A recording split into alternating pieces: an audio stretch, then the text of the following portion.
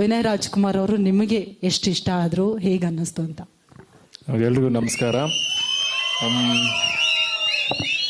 ಶುರು ಮಾಡೋಕೆ ಮುಂಚೆ ಫಸ್ಟು ಇದನ್ನ ಆ್ಯಕ್ಚುಲಿ ಇನ್ನೊಬ್ರು ನೆನ್ಸ್ಕೊಬೇಕು. ಈ ಸಿನಿಮಾ ಶುರು ಮಾಡಿದ ಪ್ರೊಡ್ಯೂಸರ್ ಬೇರೆ, ಇವಾಗ ಈ ಸಿನಿಮಾ ರಿಲೀಸ್ ಮಾಡ್ತಿರೋ ಪ್ರೊಡ್ಯೂಸರ್ ಬೇರೆ. 8 ವರ್ಷ ಆಗಿದೆ. 8 ವರ್ಷದಲ್ಲಿ ಏನೇನಾಗಿದೆ ಅಂತ ಪ್ರತಿಯೊಬ್ಬರಿಗೂ ಗೊತ್ತು. ಆದರೆ ಈ ಸಿನಿಮಾಗೆ ಒಂದು ಶಕ್ತಿ ಇತ್ತು, ಈ ಸಿನಿಮಾಗೆ ಒಂದು ಉಸಿರಿತ್ತು. ಆ ಉಸಿರು ಆ 8 ವರ್ಷನೂ ಇಲ್ಲಿ ತನಕ ಕರ್ಕೊಂಡ್ಬಂದಿದೆ ನಮ್ಮ ಡೈರೆಕ್ಟ್ರು. So sir, definitely hats off you. ಈ ಜರ್ನಿ ಅದು ಹೆಂಗ್ ಮಾಡಿದ್ರೆ ಗೊತ್ತಿಲ್ಲ, ನೀವು ಎಷ್ಟು ಕಷ್ಟಪಟ್ಟಿದ್ದೀರ ನಾನು ನೋಡಿದ್ದೀನಿ.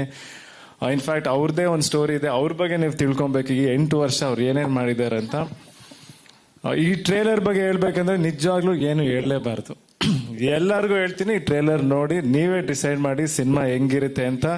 ಟ್ರೇಲರ್ ಅಂತ ಹೇಳ್ತಾರಲ್ಲ, ಡೆಫಿನೆಟ್ಲಿ ಟ್ರೇಲರೇ ಸಿನಿಮಾ ಎಂದು ಬೇರೆ ತರನೇ ಇದೆ.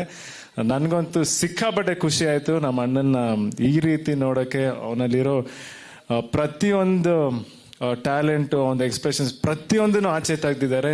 ಸಖತ್ ಖುಷಿ ಆಯ್ತು. ಅಂಡ್ ಅವ್ರ ಪೇರ್ ತುಂಬಾ ಚೆನ್ನಾಗಿದೆ, ಮೇಘಾ ಶೆಟ್ಟಿ ಅವರು ಅಂಡ್ ವಿನಯ್ ಸಖತ್ತಾಗಿ ಕಾಣಿಸ್ತಾರೆ. ಇನ್ಫ್ಯಾಕ್ಟ್ ಇಡೀ ಸಿನಿಮಾಲ್ ನನ್ಗೆ ರೊಮ್ಯಾಂಟಿಕ್ ಪೋರ್ಷನ್ ಸಖತ್ ಇಷ್ಟ ಆಯ್ತು, ತುಂಬಾ ಚೆನ್ನಾಗಿದೆ.